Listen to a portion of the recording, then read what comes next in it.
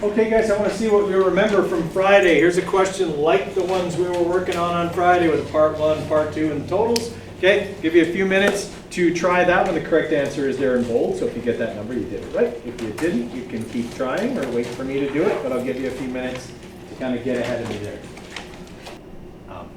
Don't use that. Just use the v equals d over t average velocity method that we did with like the bus example that we did last week. Okay, with that, don't bother with the position time graph. Sorry, I forgot that was still on there. Okay, well, let's have a look at this one. So it tells us that they're falling. So a vector is implied here. The vector would be, which way do you fall? Down. But it's not super important mathematically here because that's the only way you can fall, and that's the only way they do fall, is down the whole time. Okay, so we can just write here for part 1, okay, that we have the distance, well, we can say displacement, 625 meters, okay, and then we can say down, and that happens in 15 seconds. Okay, and then in part 2, when they open their parachute, okay, they obviously fall not as far and in way longer time. So D would be 356 meters, okay, down, in 142 seconds. All right, so what is their average velocity, both magnitude and direction, okay, for the entire fall? So if I want to find average velocity, this is what we went over last week, v equals, okay, the total distance over the total time. Okay, so total distance, add these two numbers together. All right, so I think that's 981 if my mental math is right on that, meters down. Sorry, total displacement, not total distance. Okay, and the total time should be 157 seconds. Okay, what do I do with those two numbers? Just divide them, total displacement over total time. Right, so I would simply have my 981, okay, divided by 157. Okay, so we're looking at well, we've got 3 significant digits there, so 6.25, okay, meters per second. So that answer's actually got the wrong number of significant digits. So V equals D over T. That'll be 981 meters down divided by 157 seconds. That gives us 6.25 meters per second down. Okay. Everybody all right with that? Okay. I'm going to write one by hand up here that I want you guys to do.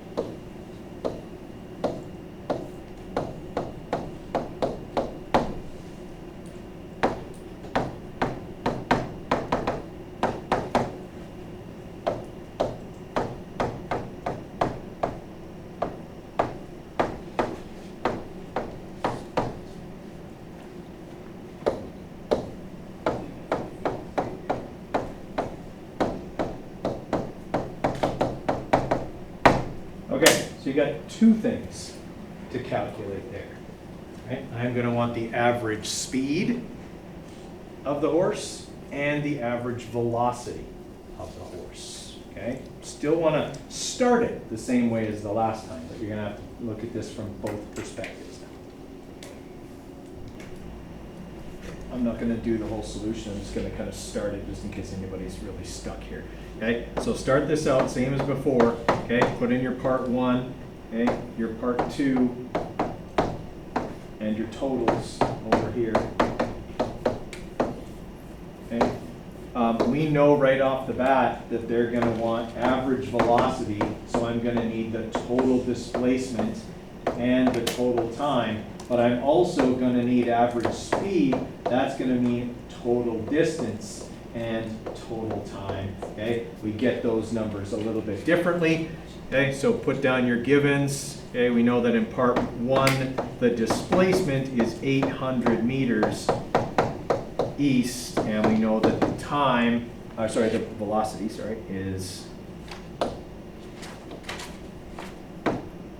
21 meters per second, also east. And then in part 2, okay, we know the velocity is 19 meters per second west, and that the time is 16 seconds. All right, so think about what you need, okay? You need to calculate something from part 1 and something from part 2 in order to get your totals. All right, so I'll give you a couple minutes just in case you were stuck. Maybe that helps. All right, so if I'm going to get the total time, I need to know how long it takes to do part 1. Agreed? Okay, so I can calculate that. That's just a matter of manipulating V equals D over T for T. So T equals D over V. Put our 800 meters divided by our 21 meters per second, and then we'll have the time for part 1. Okay, so part 1 is going to take 38.10 seconds. Okay, and then I'm also going to need the distance, or displacement rather, for part 2. All right, so again, I'll have to manipulate V equals D over T. This time for D, that'll be V times T. 16 times 19, okay, will give me the total displacement there. Okay, so 304 meters west. Okay, now I've got all the distances and all the times. Now I can go about getting the totals. All right, now for displacement, I do have to keep in mind this 800 meters is east, this 304 meters is west. So I have to subtract them to get the displacement, right? Okay, so that should be 496, right? If I do mental math, is that right? It's always taking a chance. Meters, and that is going to be east. They obviously traveled further east than they did west. Okay, I also need the total distance, but that's easier. What do I have to do with those two numbers to get the total distance? Just add them, right? So that's going to be, we're looking at 1,104 meters, okay, in total. Now the total time, well, I just have to add the two times together. So 38, but I have a lot of decimals on that, so I'll actually take that real one there. Okay, plus 16. So 54.10 seconds. Okay, now I can go about getting my total, or my average velocity, and my average speed. So average velocity will be our 496 meters east, okay, divided by 54.10 seconds, but I'm going to use the values in my calculator. Okay, so we'll take the, well, 496 is fine. 496, okay, divided by that total time there. Okay, so we're looking at an average velocity there of 9.2, because we only have two significant digits, 9.2 meters per second east, because that's the direction my displacement was. And then for my speed, total distance, 1,104 meters divided by the 54.10.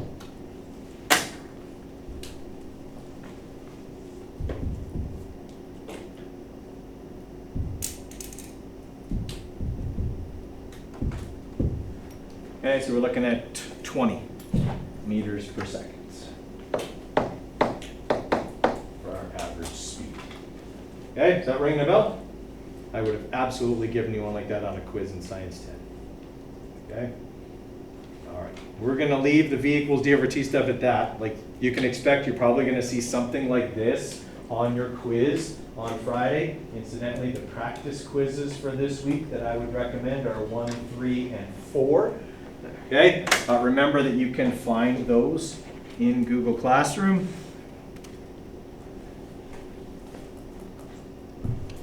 Okay, so you just go to Physics 20 in the class work. Practice quizzes and solutions are right there. Pick the kinematics ones. Okay, so you're looking at 1, 3, and 4. There's actually 2 4s, but they're different. You could do both of them. Okay, and probably no, and not that one. Okay, so do those ones, and then of course if you click on that link, that'll take you to the solutions videos. Okay, so you can see if you did them right. Just watch the ones that you had there. Okay, to see if you did them right or not.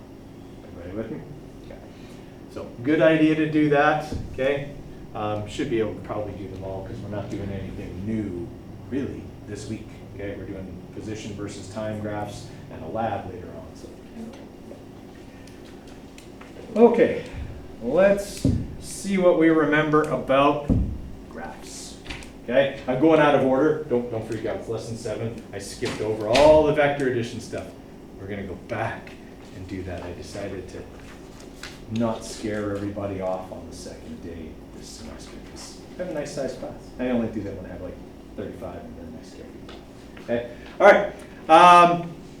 So kinematics graphs. Okay, today we'll just look at position versus time graphs. We'll save velocity versus time graphs for later in the week, maybe next week.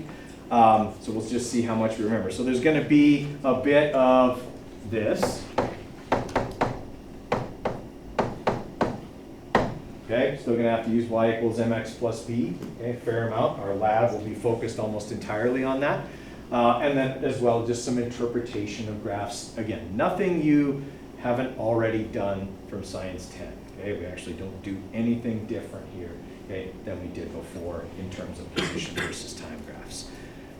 Okay, so key points for today. Okay, what information can be read from your various graphs? Again, today just position versus time. Okay, understand that graphs and equations from kinematics show the same information in different ways. I am going to show you that. Okay, how basically the formulas on your formula sheet are basically derived from graphs. Okay, the last point there. Okay, questions so far? All right, don't be afraid to ask, guys. Oh, by the way, I also put my help sessions up on the board. They were not up there last week. Okay, you can come and see me Monday, Wednesdays, and Thursday mornings, 8:05 to 8:25. Okay, Monday, Tuesdays, and Thursdays, scheduled help, because I have supervision Wednesdays and scheduled help. Okay, every day at lunch, because I have no life and I'm always here. Okay, and Monday, Wednesdays, and Thursdays after school until 4 o'clock. Okay, so any of those times, you are more than welcome to come in and ask questions. You are not bothering me by coming in to ask questions. In fact, I'll probably be more impressed with you if you do. Okay? All right. Let's look at graphs, see what we remember. All right, so a position versus time graph tells us exactly those two things. Okay? Those are the two things that can be read directly off of that graph. Where is the object, its position, at various points in time? Okay? That's what we can read directly off. We can also interpret some things. We can interpret what the object is doing based on the shape of the graph. Okay? So if I had a position versus time graph, okay, and that was the x-axis there. So this is time and this is position in meters, okay, time in seconds. And the graph just went like this. What's that object doing? Standing still. Its position isn't changing, right? It's not getting further away or closer to anything. Okay? It's just sitting there. All right, so that's good. We remember that from last year. All right. What would that object be doing? That's always our gut reaction. It would be if it was a velocity versus time graph. But on this graph, it's moving backwards at a constant rate or constant velocity in this case. Okay, how do I know it's a constant velocity and not accelerating? Because its position changes by the same amount every second, right? It goes the same distance every second. That means it's traveling at some amount of meters per second, and that value is not changing. So that would be going backwards. This would be going forwards, okay? What about that?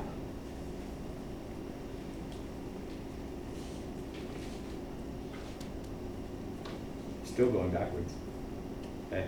It's just in a positive, it's just ahead. So if this was my starting point, okay, all that last line is saying is I started over here and came back to the starting point. I'm still going backwards. It's just my position is positive until it isn't anymore. Okay? If I kept drawing that line, right, that's an object going backwards. That object started here and went past where it started and ended up over there.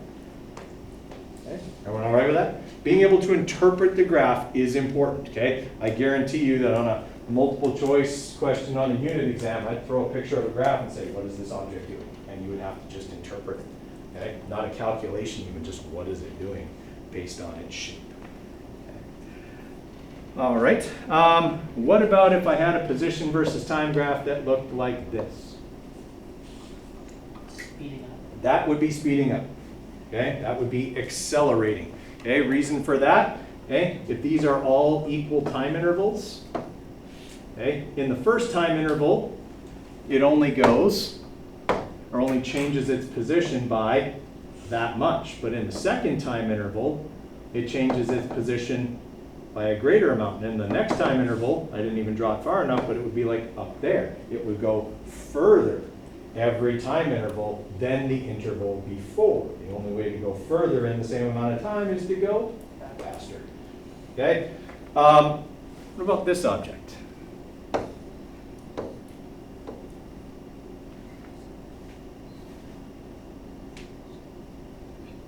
Is that the opposite of what I just drew?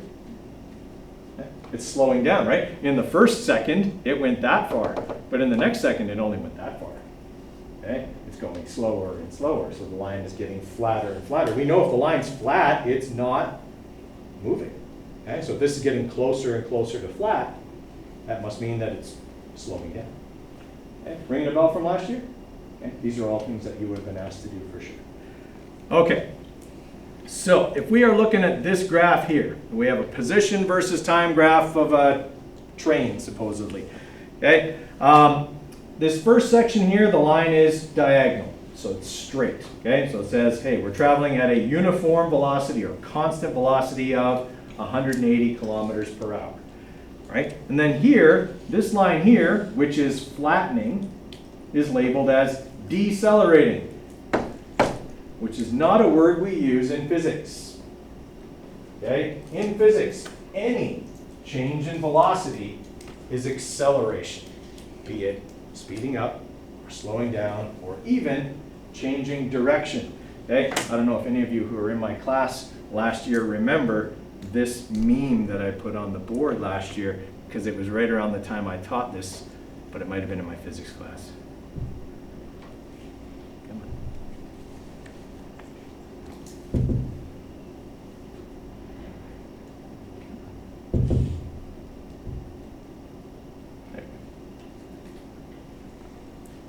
Right? Normal people, steering, brake, gas. Physicists, accelerator, accelerator, accelerator, because they all cause changes in velocity, be it direction or magnitude. All of those things are technically an accelerator. True story. Okay. Making some sense there? Okay, so this thing is accelerating, but it's accelerating to a stop. I know that sounds weird, but that's what it's doing. Its velocity is decreasing. Okay, that's a negative acceleration. Okay, or actually it's a positive acceleration in this case because it was backwards. Okay, sorry, no, it wasn't. It was a negative acceleration. All right, and then here the line is flat. Flat means we are not moving. Yeah, our position is unchanged, in this case, stopped. Okay, and then we have that upward curve, right? That's an acceleration. Okay, as I was trying to diagram before, in this amount of time, the object only went that far.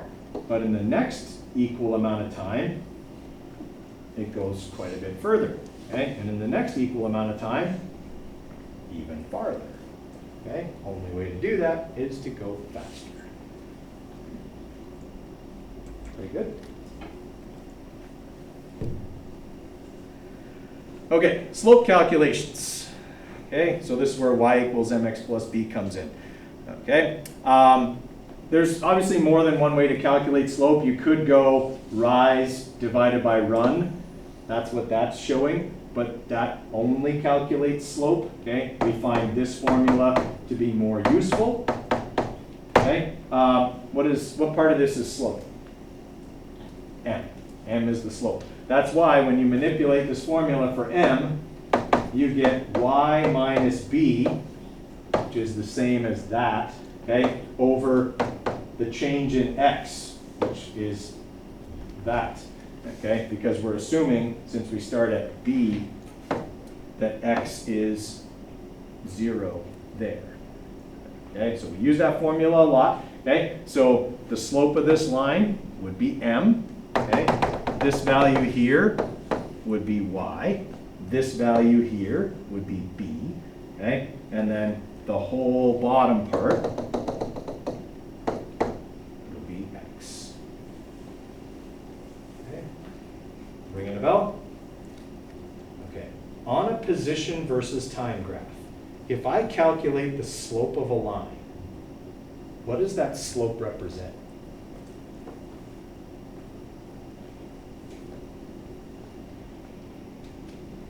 Velocity. Right. The slope of a line on a position versus time graph calculates velocity. That's not something I want you to memorize. Okay? This is a skill, what I'm about to show you, that works on any graph. Doesn't matter what it's of. It'll help you figure out what does the slope mean, or what does the slope represent. Okay? All I have to do to figure out what m represents on any graph is look at what's on my y-axis and what's on my x-axis. Okay? My y-axis is position in meters. B would be my initial position, because it's the one that happens at time 0. Y would be my final position, both measured in meters. Okay, so what I'm really looking at here is final position minus initial position. What's on my x-axis?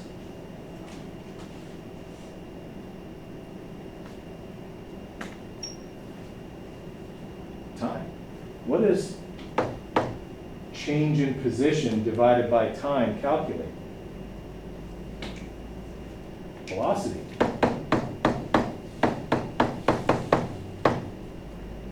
Okay, you're dividing meters by seconds. You would get meters per second.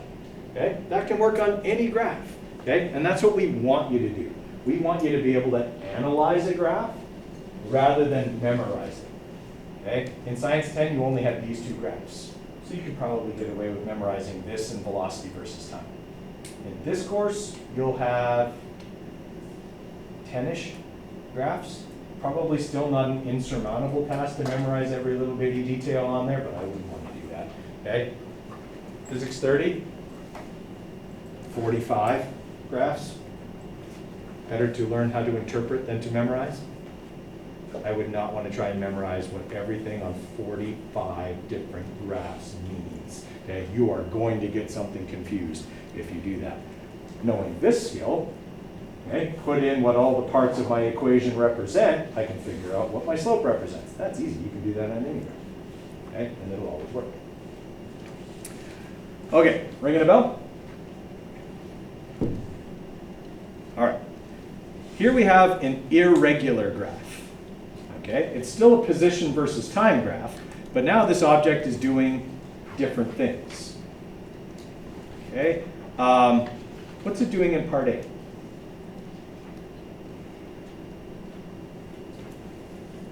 Accelerating. Ooh. If it was a velocity versus time graph, it would be accelerating. Moving forward. Moving forward at Constant. constant velocity, right? Because in the first second, right, if the first second's here, it goes, right, that far. And the next second, it goes the same distance. So it's traveling the same distance every second. It's traveling at a constant velocity. What's it doing in part B? It stopped. Okay. What's it doing in part C? Going backwards, right? Okay. What's it doing in part D? Stop. Okay. Where is it going faster, E or F? Why E? Steeper one. It's a steeper line. Yeah, exactly. It's going further in the same amount of time than F is. Okay. Everybody all right with that idea? Okay. Those are exactly the kind of interpretation questions I might ask. All right. Now I want to see what you remember from last year. I want you to calculate for me these things. Okay, total distance,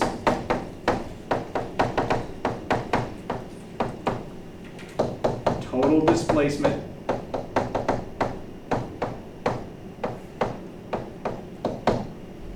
average velocity, and average speed.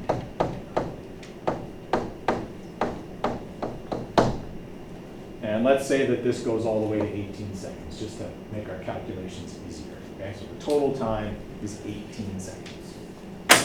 Okay, give me a few minutes on that. Okay, I see a few "oh crap" looks on people's faces out there. Okay, just as a bit of a tip here.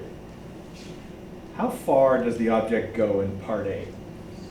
6 meters. How'd you figure that out? 6. Right, went from 0 to 6. So you went final position 6 minus initial position, 0. Keep that in mind. That'll be really helpful at many points on the screen. Okay? Okay, let's start with the two easiest ones. What's the total displacement?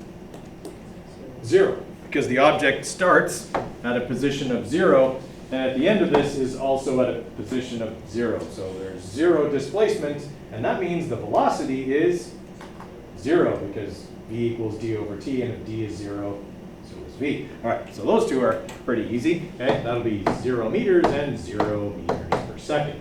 Now, the scalar values, those are a little trickier. We got to do a little tiny bit of math for those. Okay, so we already asked, how far do we go in part A? And we said we went from 0 to 6, so that's 6 meters. How far do we go in part B? 0. We don't go anywhere in part B. We're sitting still. Okay, then in part C, we go from positive 6 to negative 10. In my mind, that's 16, negative 16, but we'll just say for now, okay, 16. How far do we go in D? 0. Okay, and then in between parts E and F, I go from negative 10 back to 0. So during this part, it would be, right between the two of them, it's positive 10, right? Okay, now the positive and negative part doesn't matter for this. It's just what I get when I go final position minus initial position. So total distance, 6, plus 16 is 22, plus 10 is 32 meters. Okay, everybody follow me on that? All right, and then if I want to get the average speed, 32 meters divided by 18 seconds, v equals d over t.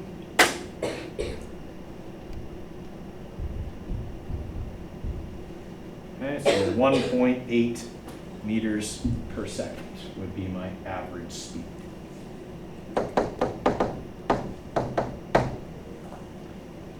Everybody okay with that? That could totally be like a quiz question or even a multiple choice question on it, or maybe a numerical response question on a unit exam.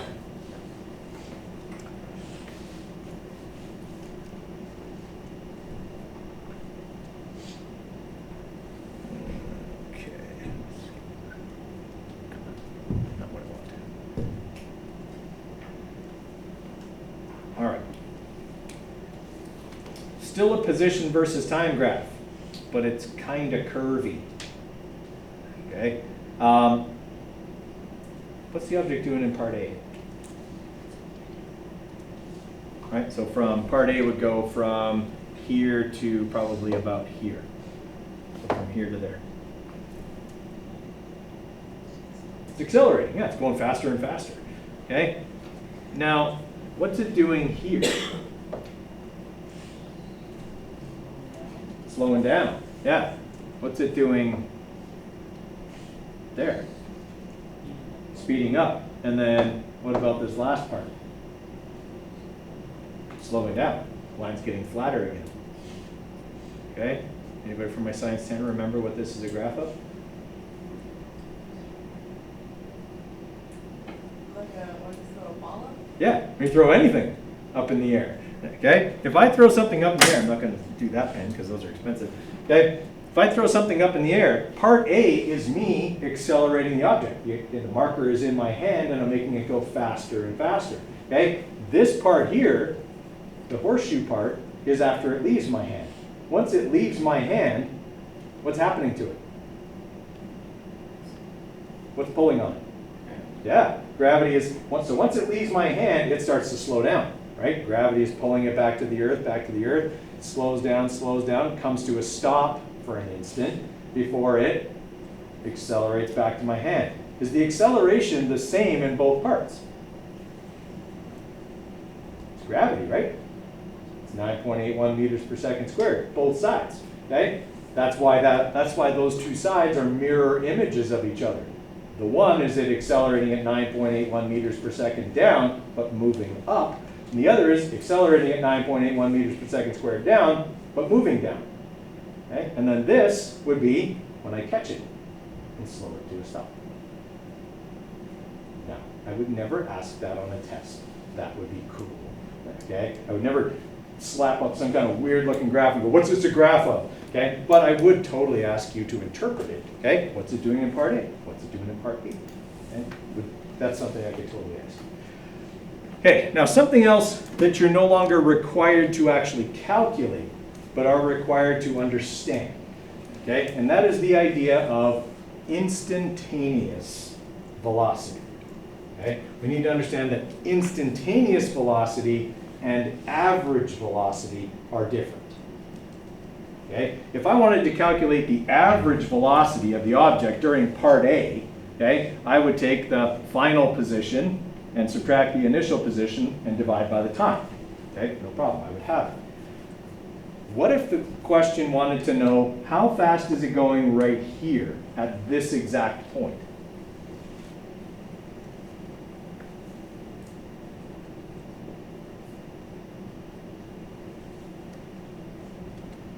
Can I just go v equals d over t for that?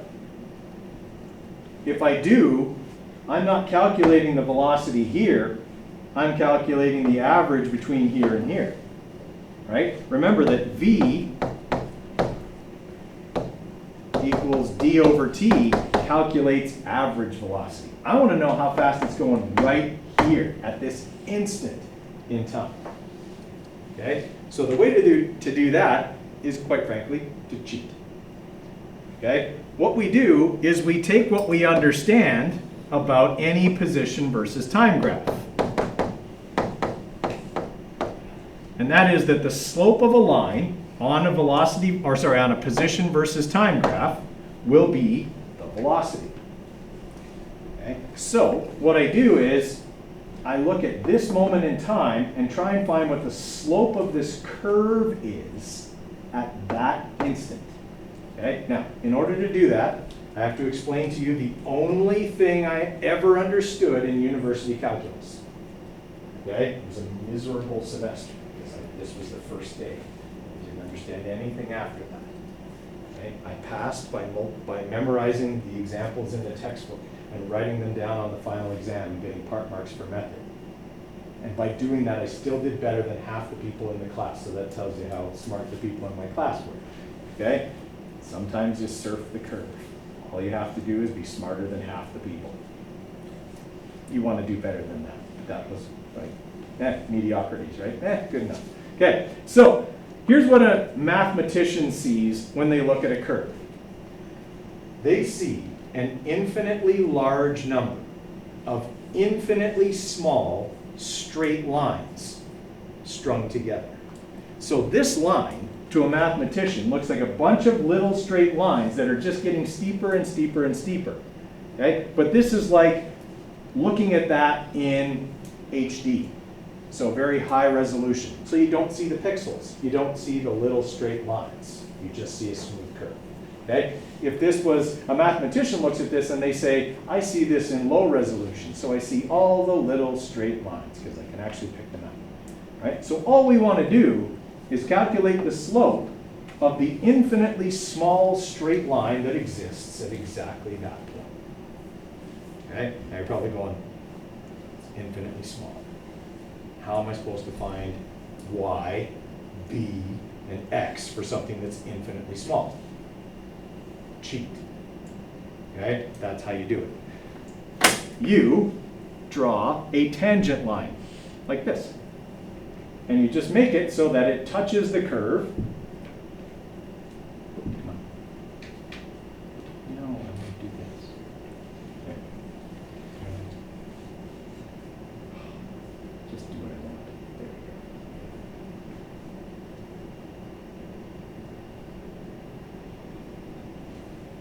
we go. Okay, so I've made a tangent line that touches the curve at that point. And I've made it long enough that I could probably find y and x and b and get the slope, right? I could get m now. Everybody with me? It's a bit of a cheat. Here's why you're never going to be asked to do that. First off, it would involve everyone needing to have a ruler, okay? And everyone has to draw a line. Is everyone going to draw that line the same? Then I have to have this range of answers that are okay, all right? We don't want to have a range of answers that are okay, right? As long as you understand that instantaneous velocity is at a certain point, average velocity is over a time interval. Okay? Everybody okay with the difference?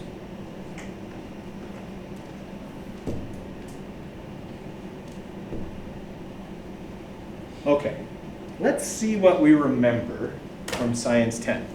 Okay, got a position versus time graph here, okay, and they do have the equation for that line, okay, so this is y equals 3.85, so that would be m times x, okay, plus b. So we have the equation written out here. See if you can calculate for me those two things. Also, that says 1 minute. What are the units on the graph? Keep that in mind. Okay, so I find the biggest problem that people have, or the most common problem that people have with using y equals mx plus b is deciding, am I solving for y or am I solving for x? Okay, so in question number 1, it wants to know what is the position of the object after 1 minute. Okay, so they gave me a number in minutes. Did they give me an x value or a y value? Where is time? It's on the x-axis. So that's an x value. Where is position? It's on the y-axis. So they're asking me calculate y when x is this number. Okay, so I know that for question number 1, I need to go y equals, okay, m times x plus b, and I just need to plug in the numbers. Okay, m is right here, 3.85. And that's actually in meters per second, okay? Times the time, 1 minute. Well, that'll be 60 seconds, okay? Plus b. Well, b is the position at time 0, which you can't actually see on this graph because it's a negative number. So it's slightly below the x-axis. So plus negative 0.801, right? That will give me the position of the object after 1 minute. Right, so 3.85 times 60, that's v times t, okay, plus the initial position. Okay, so our position after 1 minute is 230 meters. Positive. Okay, is it important to put a positive on that? Position's a vector quantity, I would put a position on. Okay, questions on number 1? Okay, in question number 2, it wants to know how long something will take. I'm looking for time if I'm looking for how long, and time is on which axis?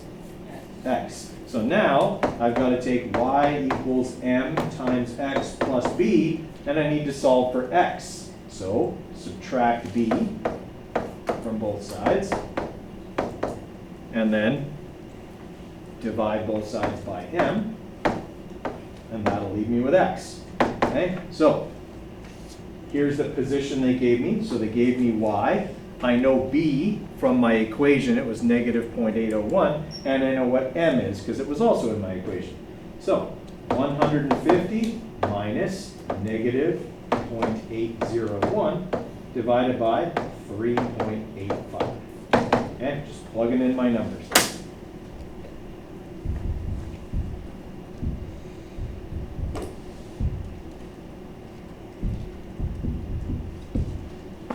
Okay, so it'll take 38 seconds. Oh, sorry, 39 seconds.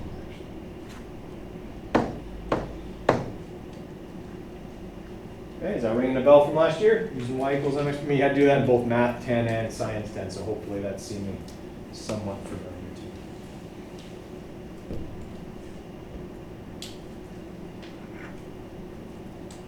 you. Okay. So this still a position versus time graph. You've got the equations for both the blue line and the red line. Okay, so I would like you to calculate for me 3 things. Or actually, just one thing.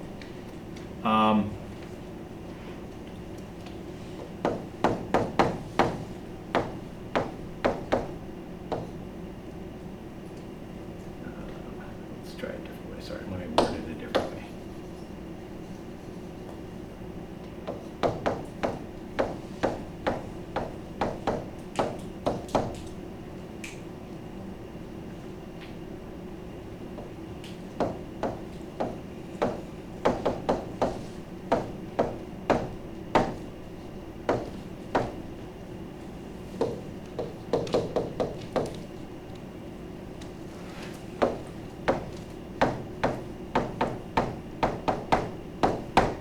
Okay, that's going to involve several calculations. Okay, but I want you to calculate for me how far ahead of run 1 will run 2 be after 30 seconds. Okay, so this question requires you to do something or think of something that you probably just did automatically without thinking of it. Okay, and that is what determines how far ahead of one thing something else is. Okay, well, what determines how far ahead is your position, where you are in relation to that other person or object. Okay, so after 30 seconds, I need to know the position of both of these objects. Would you agree? His position on the y-axis of this graph. Okay, so do I need to calculate what y is at 30 seconds for each one of these objects? Yeah, and then what do I do with those two numbers? Subtract them, exactly. Okay, which you probably didn't even think of the fact that you were thinking of that. Okay, like at least I just have to subtract their positions part. Okay, it was more how do I get to those positions, and that's the process we want you to go through. Okay, so for the blue object, so for run 1 there, okay, y is going to be 0.26 times 30 seconds plus 0.195. All right, so 0.26 times 30 plus 0.195. All right, so the final position of the blue object is 7.995 meters, positive.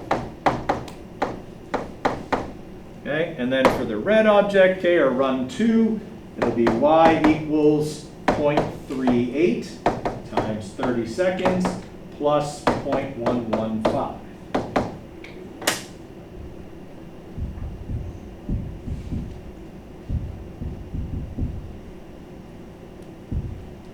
Okay, so that one's going to be 11.515 meters positive. Okay, so obviously run 1 is behind run 2 at the end of this. All we have to do to figure out how much further behind is 11.515 minus 7.995, and that'll give us how far ahead it is. Okay, so we're looking at 3.52 meters ahead. Okay, everyone all right with that? Okay? Sometimes people get thrown by a question like that because it seems like, oh, he only asked me for one thing, and they don't realize I actually have to do 3 calculations to get that one thing. Okay? That one making sense? Like if I gave one like that in Science 10, okay, it probably would have been right near the end of the unit. Okay, because that would be a trickier one, believe it or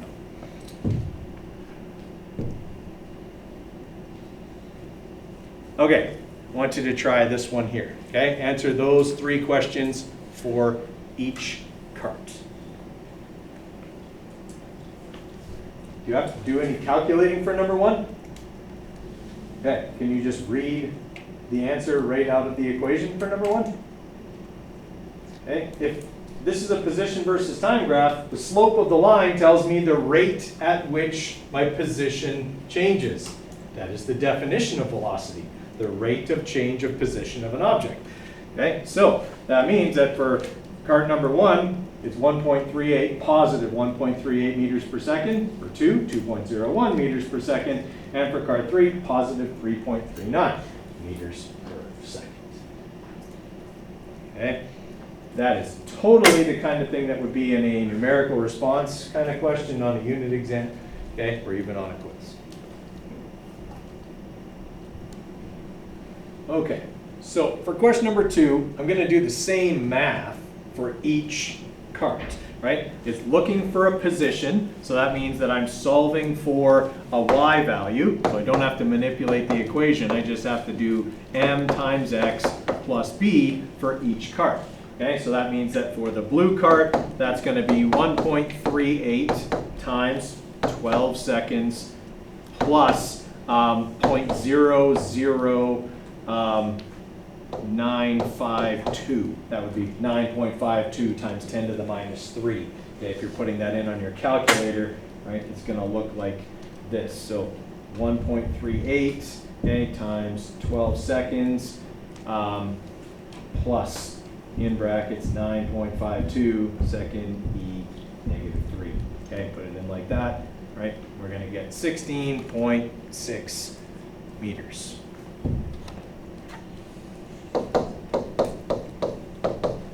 Okay, if we do that for the red cart, okay, y is going to be 2.01 times 12 seconds plus negative 0.0524.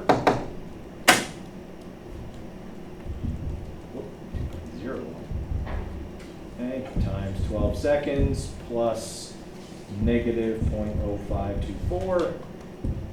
Okay, so 24.1 meters. Okay, and then for the yellow one, okay, y is going to equal 3.39 times 12 seconds plus 0.0381.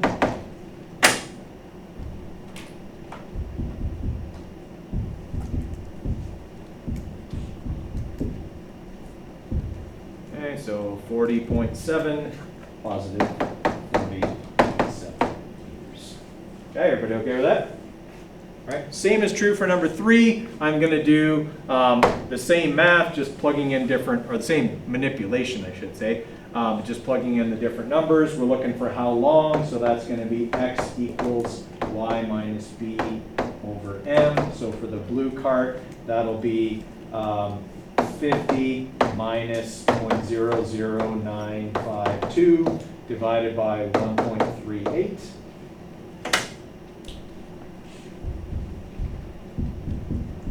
Okay, you can write it either way, doesn't matter. But what I just did there is a crucial step.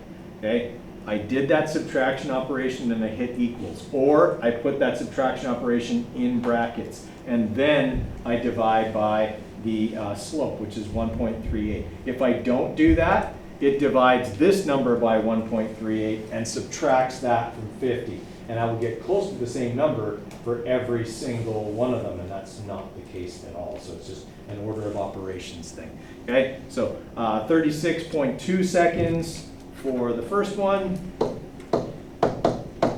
Okay, for the second one, okay, we're going to have 50 minus negative 0.0524 divided by 2.01. Okay, so for that one, we should get 24.9 seconds. And then for the last one, okay, same calculation there. Okay, it's just going to be 50 minus 0.0381 divided by 3.39.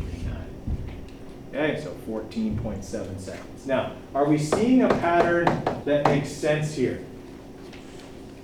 The yellow cart is the fastest cart because its slope is the highest. Does it make sense that it should take the least amount of time to reach 50? Okay, you can always use common sense to check your answers. Okay, on a question like that. Okay, we will leave it there for today. Okay, make sure you're having a look at those practice quizzes throughout the week and popping in for help if you've got questions. We'll continue on with graphing, position versus time graphs tomorrow, lab on Thursday, quiz on Friday. Okay, that quiz will be V equals D over T and position versus time graphs. Okay, so make sure you're checking those out, okay, this week.